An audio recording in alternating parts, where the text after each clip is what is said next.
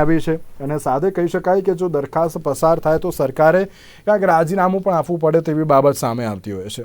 અવિશ્વાસ પ્રસ્તાવ એટલે કે સંસદીય પ્રણાલીમાં નિયમ 198 અંતર્ગત આ વ્યવસ્થા અત્યારે તો આપવામાં આવી છે કે કોઈપણ સાંસદ સરકાર વિરુદ્ધ અવિશ્વાસની પ્રસ્તાવની નોટિસ એ કહેવાય કે લોકસભાના અધ્યક્ષને આપી શકે છે, પછી ચર્ચા થઈ શકે છે અને અવિશ્વાસની જે પ્રસ્તાવ લાવવા માટે 50 સાંસદોના હસ્તાક્ષરવાળી કોપી એ લોકસભાના અધ્યક્ષને પણ સોંપવામાં આવતી હોય છે અને જો 10 વાગ્યા સુધીમાં સ્પીકરની સાથે પહોંચવી જરૂરી છે. આ ઉપર વિચાર પણ કરવામાં આવતો હોય છે અને પછી તેની ઉપર કાર્યવાહી પણ હાથ ધરવામાં આવતી હોય છે. હવે કરીશું આ મુદ્દા ઉપર ચર્ચા વિચારણા કરવા માટે અમારી સાથે જોડી ગયા છે ડૉક્ટર હેમંત ભટ્ટ કે જેઓ ભાજપના નેતા છે, દિલીપભાઈ ગોહિલ કે જેઓ રાજકીય વિશ્લેષક છે અને સાથે અશોકભાઈ પંજાબી કે જેઓ કોંગ્રેસના નેતા છે. જે આપ ત્રણનું સૌથી પહેલાં તો સ્વાગત છે.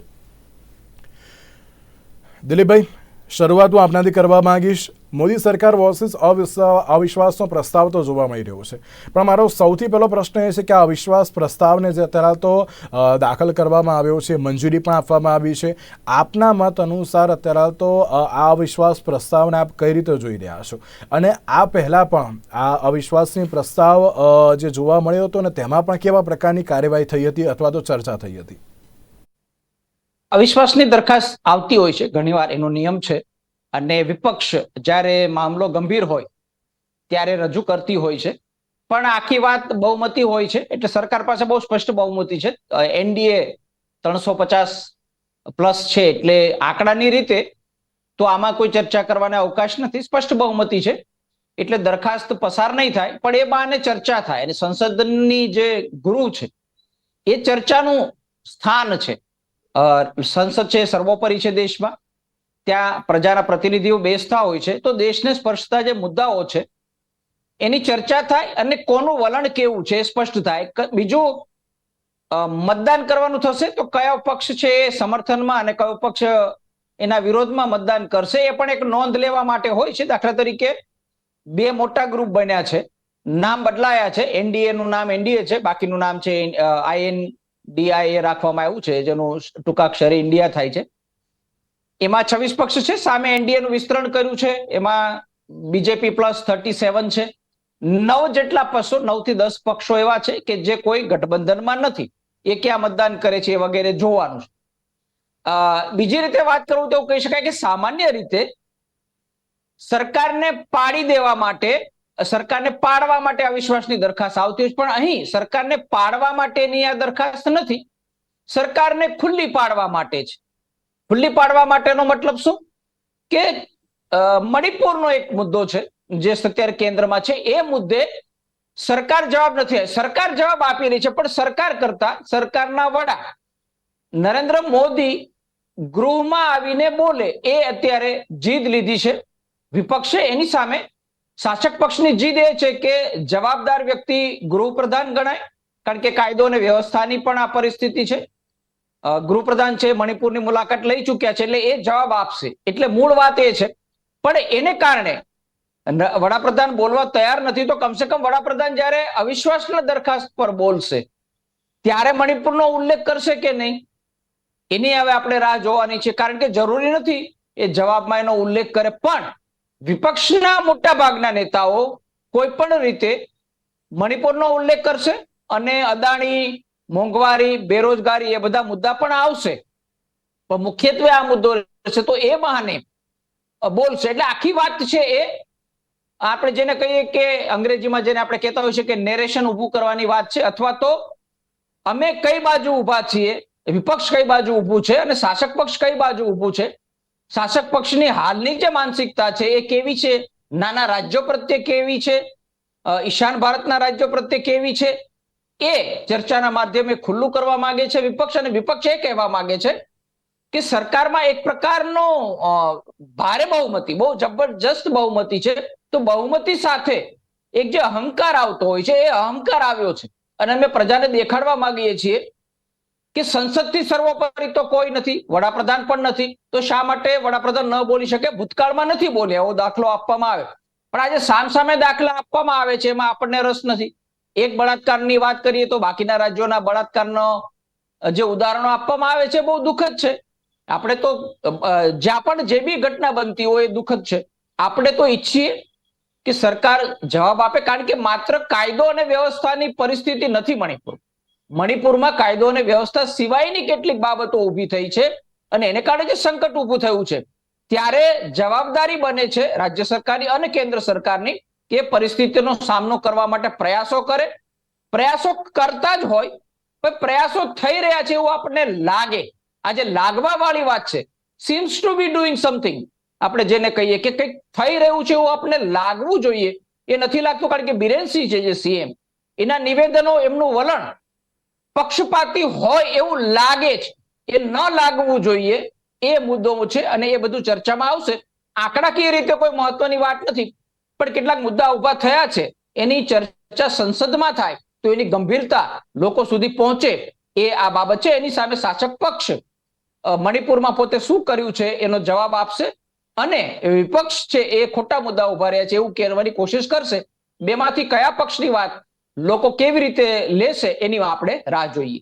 ભાઈ, અત્યાર સુધી ક્યાંક વિપક્ષે એક એવી ચર્ચા કરી છે, એક એવો પ્રસ્તાવ મૂક્યો છે કે અત્યારે અમને બોલવા નથી દેતા, એ પ્રકારની જે પરિસ્થિતિ સામે આવતી હોય છે. મણિપુરની જે પણ કોઈ ઘટના છે તેમાં વડાપ્રધાન નરેન્દ્ર મોદી અત્યારે તો બોલવા માટે અથવા તો ચર્ચા કરવા માટે તૈયાર નથી, તે બાબત પણ સામે આવી હતી. પણ કેન્દ્રીય ગૃહમંત્રી અમિત શાહ દ્વારા એક પત્ર લખવામાં આવ્યો અને તેમના દ્વારા એમ કહેવામાં આવ્યું કે અમે આ ચર્ચા કરવા માટે તૈયાર છીએ ફ્લોર ઉપર.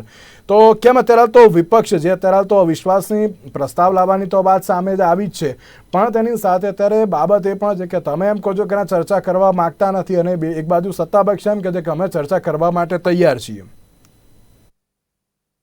આમાં એવું છે ગગનભાઈ કે આખું દેશ ઈચ્છે છે કે મણિપુરમાં શાંતિ થાય. મણિપુરમાં છેલ્લા 3 મહિનાથી જે રીતે કતલેઆમ ચાલી રહી છે, એક કોમ બીજા કોમને, એક ગ્રુપ બીજા ગ્રુપને, અને આખીને આખી આસામ રાઇફલ્સ અને પોલીસ દ્વારા અને પછી એની અંદર ઘૂસેલા આતંકવાદીઓ બધા એવી ખીચડી થઈ ગઈ છે કે ત્યાં શાંતિની સ્થાપના બહુ અનિવાર્ય બની ગઈ છે. કારણ કે મણિપુર એક સીમાઈ આપણો બોર્ડર વિસ્તાર છે, બર્માથી, મ્યાનમારથી આપણો બોર્ડર લાગે છે. હવે આવા સંજોગોમાં જ્યારે સરકાર તરફથી, એટલે સરકારના સૌથી વડા, લોકો આશા રાખે છે કે સરકારના વડા તો વડાપ્રધાન છે અને અમિતભાઈ શાહ જેવા પણ તે પણ 6 સપ્તાહ પછી ત્યાં ગયા. આગ લાગ્યા પછી 4 મઈથી ત્યાં શરૂ થયું છે, એ પછી ત્યાં લગભગ જૂન મહિનાની અંદર ગયા હતા અને ત્યાં સુધી તો કોઈને પડી જ નહોતી. ત્યાં મુખ્યમંત્રી જે છે મારાથી ફરતા હતા અહીંયાથી ત્યાં, લોકો એકબીજાને મારી રહ્યા હતા, કતલેઆમ ચાલ્યું, લોકોના ઘરો બાળી દેવામાં આવી રહ્યા હતા. અને 4 મઈએ તો પેલું જે વિડીયો પર બહાર આવ્યું છે કે નગ્ન અવસ્થામાં બહેનોને ત્યાં ફેરવવામાં આવ્યા, બળાત્કાર કરવામાં આવ્યા.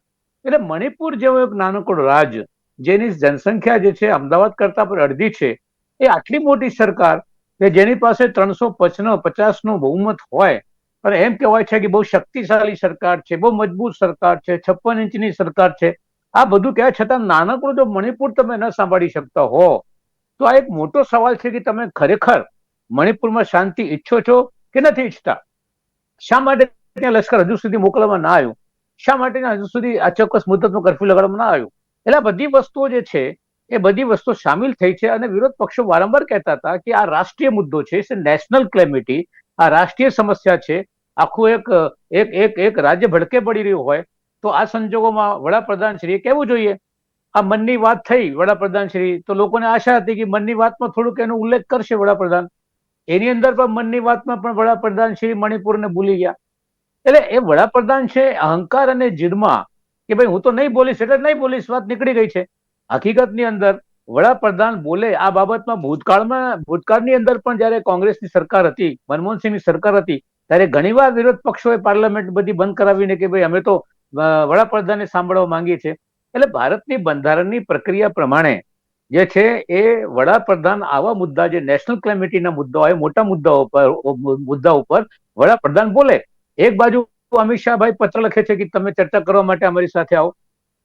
શરૂઆતથી અશોકભાઈ, તો ત્યારે જ વડાપ્રધાન નરેન્દ્ર મોદીની જે સ્પીચ હતી તેમાં તેમણે એમ પણ કહ્યું હતું કે મણિપુરની જે કોઈ પણ ઘટના સામે આવી છે તેને સાંખી લેવામાં આવશે નહીં, પરંતુ જે કોઈ અત્યારે તો કાર્યવાહી કરવાની છે અમે કાર્યવાહી જરૂરથી કરીશું. આ જે અત્યારે તો ઘટના સામે આવી છે તે ચોક્કસ અત્યારે તો ઘણી નિંદનીય અત્યારે તો જોવા મળી રહી છે, પણ તેની ઉપર અમે કાર્યવાહી કરીશું અને યોગ્ય ન્યાય પણ અપાવીશું તેવું તેમણે કહ્યું હતું. તમે સાંભળો, આ સુપ્રીમ કોર્ટના ચીફ જસ્ટિસે જ્યારે નોંધ લીધી, સુઓ મોટો લીધી, અને સુપ્રીમ કોર્ટે જ્યારે એમ કીધું કે જો કેન્દ્ર સરકાર કશું નહીં કરે તો અમારે પગલા ભરવા પડશે, તો જઈને વડાપ્રધાને બહાર આવીને બોલવું પડ્યું. પણ એ જ વાત એ પાર્લામેન્ટમાં કેમ બોલવા તૈયાર નથી? પાર્લામેન્ટ એટલે સર્વોચ્ચ સંસ્થા છે લોકતંત્રમાં, અને પાર્લામેન્ટમાં તમામ વિરોધ પક્ષોને જે અપક્ષો છે ત્યાં બેસે છે, પાર્લામેન્ટમાં બોલે એની નોંધ લેવાય છે. તો આ એક મોટો મુદ્દો છે, અને એ પણ ક્યારે સુપ્રીમ કોર્ટે કીધા પછી. અને એક બાજુ તમે જુઓ કે ગૃહપ્રધાન શ્રી પત્ર લખે છે વિરોધ પક્ષોને અમે ચર્ચા કરવા માટે તૈયાર છે, વડાપ્રધાન ચૂપ છે, કશું બોલવા તૈયાર નથી. બીજી બાજુ વિરોધ પક્ષો એક થયા અને એમનું પોતાનું સંસ્થાનું INDI રાખ્યું, ત્યારે વડાપ્રધાન કહે છે કે આ તો આતંકવાદીઓ છે. ઇન્ડિયા એટલે ઇન્ડિયા એમને હવે આતંકવાદ નજર આવવા લાગ્યું. હવે ઇન્ડિયા માટે પણ જે છે એવા શબ્દો કહેવા લાગ્યા કે વડાપ્રધાન શ્રી, તો વડાપ્રધાન શ્રી તો પોતે વડાપ્રધાન પદનું અવમૂલ્યન કરી રહ્યા છે. જે રીતે આ બોલી રહ્યા છે, આ બધી વાતો લોકો જોઈ રહ્યા છે. અને અવિશ્વાસનો ઠરાવ જે છે એ એટલા માટે આવી રહ્યો છે કારણ કે આ તમામ પ્રશ્નોની ચર્ચા થઈ શકે. ખડગે સાહેબ કાલે બોલી રહ્યા હતા રાજ્યસભામાં, એમનું માઇક બંધ કરી દેવામાં આવ્યું. કોંગ્રેસના અધ્યક્ષ અશોકભાઈ, આપને રોકવા માંગુ છું. હેમંતભાઈ, ચર્ચા અત્યારે એ થતી હોય છે કે જ્યારે અવિશ્વાસના પ્રસ્તાવની અત્યારે તો આપણે ચર્ચા કરી રહ્યા છીએ, પણ તેની સામે એક બાબત સામે આવતી હોય છે કે અમે મણિપુરની ચર્ચા કરવા માટે તૈયાર છીએ, અમારે મણિપુરની ચર્ચા કરવી છે, પણ વડાપ્રધાન નરેન્દ્ર મોદી જે ઇન્ડિયા નામ રાખ્યું છે તેને લઈને ચર્ચા કરી રહ્યા છે. તેઓ ભારતનું નામ છીનવી લેવાથી કંઈ થશે નહીં એવું વડાપ્રધાન નરેન્દ્ર મોદી કહી રહ્યા છે, પણ મણિપુર વિશે ક્યાંક અત્યારે તો કંઈ જે કહેવાય કે સદનમાં બોલવું જોઈએ, સદનમાં બોલતા નથી.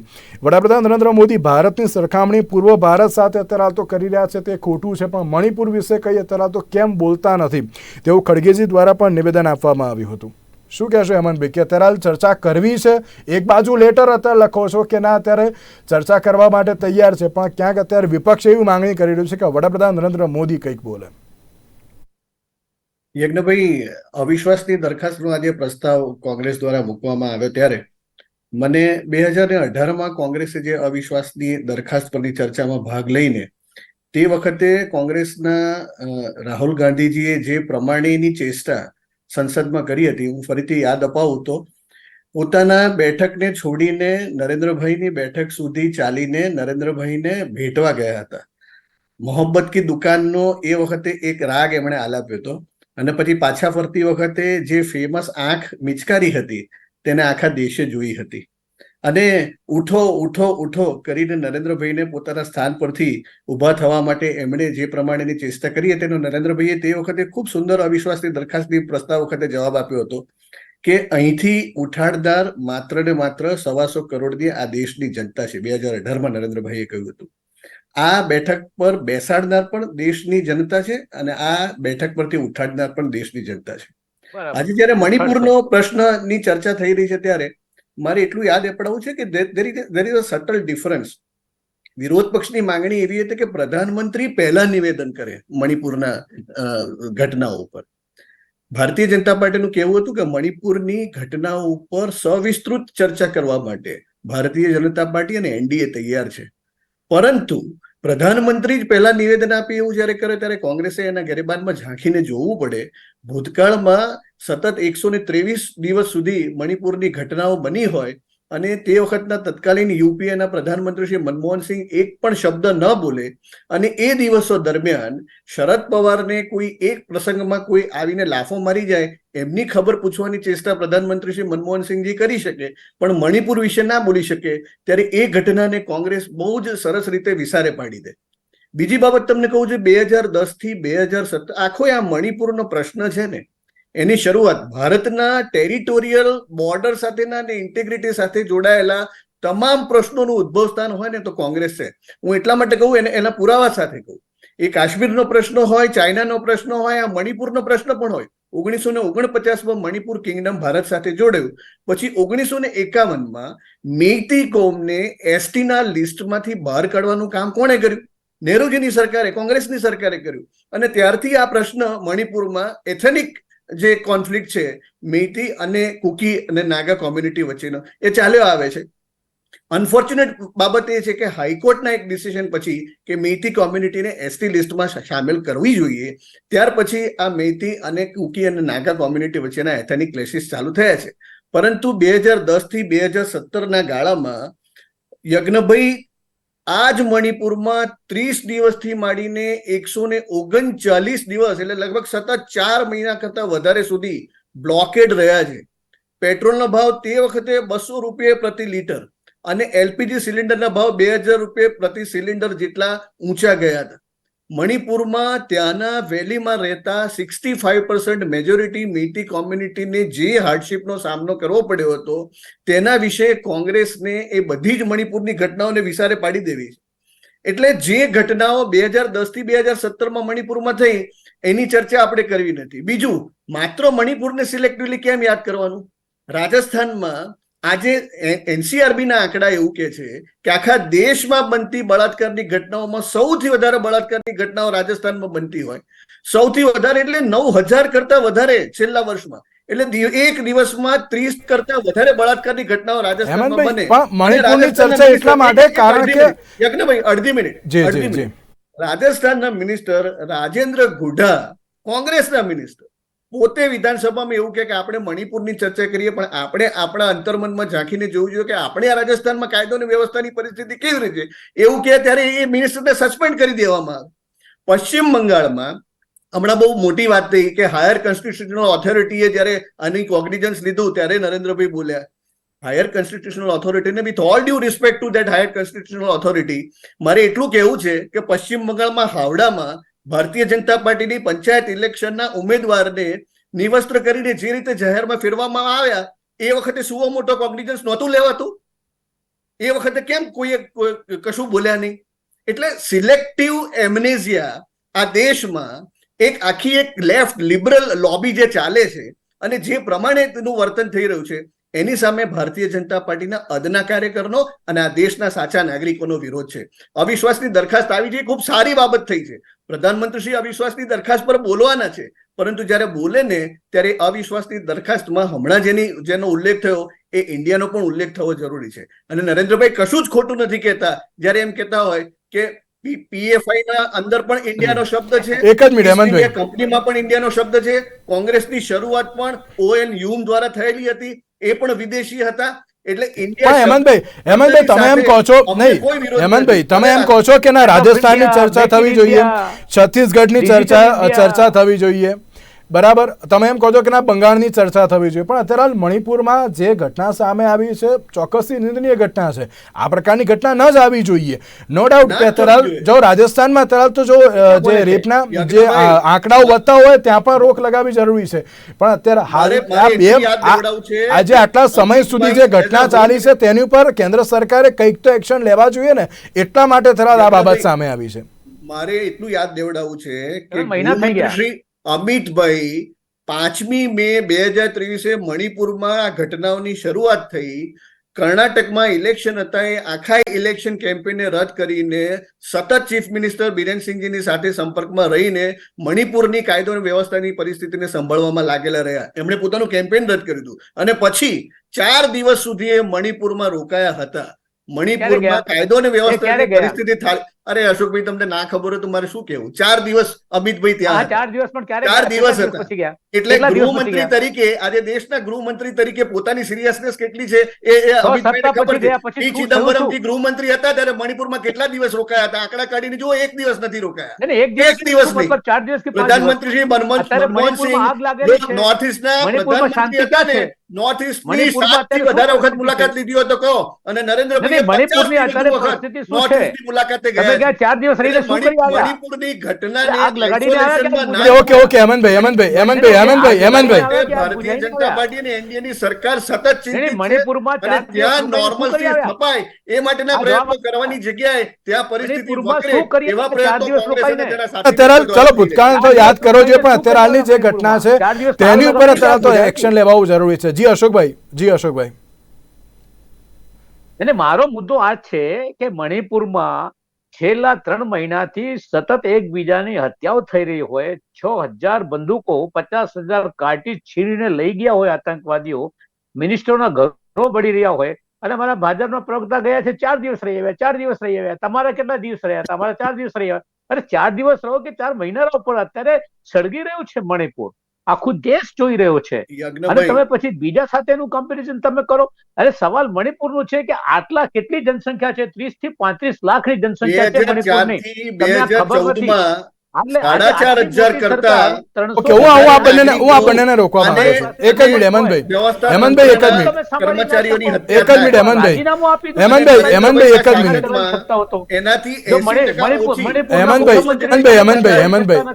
અશોકભાઈ બોલી દેવા દો. હેમંતભાઈ, એક જ મિનિટ, પ્લીઝ રાષ્ટ્રપતિ પ્લીઝ શાસન અશોક. લગાવી શકતા નથી. ત્યાં કઈ પરિસ્થિતિમાં મણિપુર અત્યારે છે?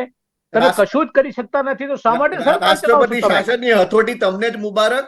નહીં, તમને પૂછું છું અત્યારે. 95% કરતા તમે વધારે મોટી મોટી વખત તમે વાતો જ કરો છો, લગાડ્યું છે.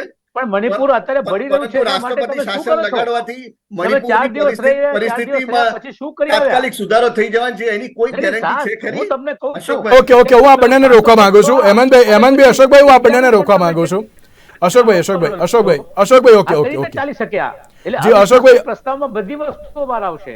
જી, બિલકુલ. અત્યારે જે પણ પરિસ્થિતિ હશે, જે કોઈ રિઝલ્ટ હશે, એ તો સામે આવશે. હેમંતભાઈ, એક જ મિનિટ. દિલીપભાઈ, અવિશ્વાસના પ્રસ્તાવની વાત કરીએ. 2018માં પણ જે અવિશ્વાસ પ્રસ્તાવ આવ્યો હતો એની પહેલા પણ જણાયા હશે. અત્યાર સુધી એવું બન્યું છે કે ક્યાંક અત્યારે તો જે અવિશ્વાસ પ્રસ્તાવ લાવવામાં આવે કે જેનાથી અત્યારે તો સરકાર પણ પડી ગઈ હોય તે પ્રમાણેની કોઈ એક ઘટના એવી જે સામે આવી હતી. કારણ કે જ્યારે અવિશ્વાસના પ્રસ્તાવ જ્યારે દાખલ કરવામાં આવ્યો તો ચોક્કસથી બહુમતી હતી અને તે માટે આખી સરકાર ક્યાંક પડી પણ ગઈ હતી. પણ આ જે અવિશ્વાસ પ્રસ્તાવની બાબત જોવા મળી રહી છે, આ પહેલાં ખેડૂત સંબંધિત બિલ જે 2018માં હતું તેને લઈને જે વિપક્ષ દ્વારા અવિશ્વાસનો પ્રસ્તાવ લાવવામાં આવ્યો હતો. પણ આ અવિશ્વાસ પ્રસ્તાવમાં અત્યારે તો શું થઈ શકે તેવું લાગી રહ્યું છે. કારણ કે એક બાજુ સવાલ એ છે કે વડાપ્રધાન નરેન્દ્ર મોદી અત્યારે તો ક્યાંક કંઈક બોલતા નથી. ગૃહમંત્રી એમ કહે છે કે અમે ચર્ચા કરવા માટે તૈયાર છીએ, પણ હવે ક્યાંક અવિશ્વાસ પ્રસ્તાવ પણ આવી ગયો છે. કઈ રીતે આપ જુઓ છો? ના, એમાં તો આંકડા બહુ સ્પષ્ટ છે, એટલે આમાં તો કોઈ કલ્પના કરવાની પણ જરૂર નથી. સ્પષ્ટપણે એ તો ડિફીટ થશે, ખાલી એની ચર્ચા થવાની છે. બાન વિશ્વાસનો પ્રસ્તાવ પણ હોય છે. દાખલા તરીકે વાજપેયી સરકાર હતી તો એ વખતે જ્યારે સરકારની વાત આવે ત્યારે એમને વિશ્વાસનો પ્રસ્તાવ લેવા માટે કહ્યું હતું. એ વખતે 13 મહિના વખતે એક પેલી વાત હતી, એ વખતે ફરક પડી. એ સિવાય અવિશ્વાસમાં સંખ્યાની દ્રષ્ટિએ નથી થતું હતું, એ નથી, માત્ર ચર્ચા થવાની છે. અને મેં કહ્યું પ્રમાણે બંને પક્ષ પોતપોતાની વાત છે, પોતપોતાના જે મુદ્દા છે એ રજૂ કરવા માંગશે, એની વાત છે. આપણી ચિંતા એટલી છે કે સરકારો બદલાઈ જાય છે, કેટલીક પરિસ્થિતિ નથી બદલાતી.